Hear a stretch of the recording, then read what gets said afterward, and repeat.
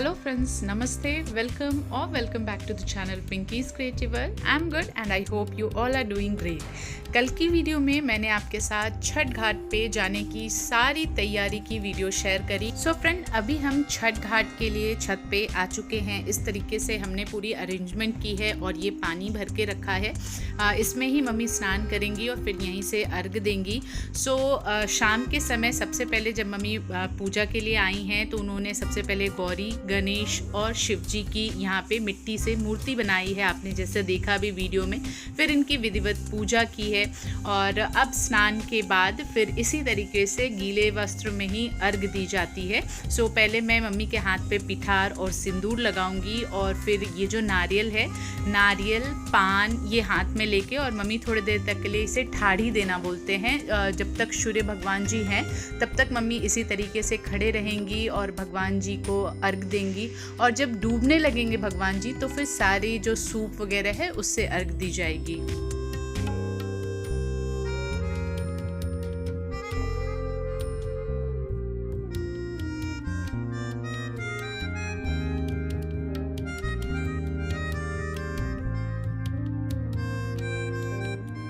अब मम्मी एक एक करके यहाँ पे जितनी भी चीज़ें रखी हुई हैं उससे भगवान जी को अर्घ देंगी।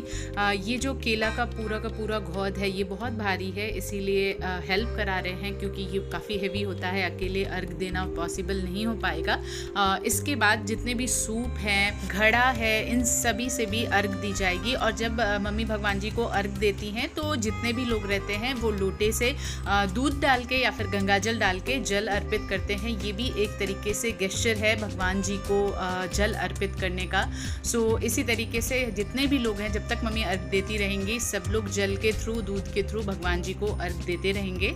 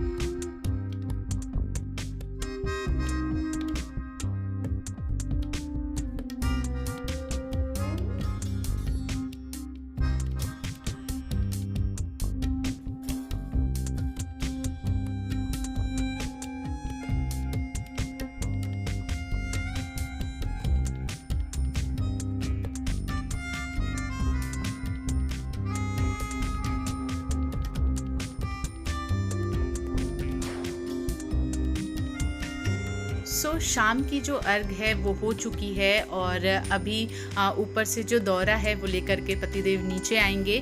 और हमारे यहाँ शाम के टाइम में ना ये जो दौरा है इसे बोलते हैं डाला।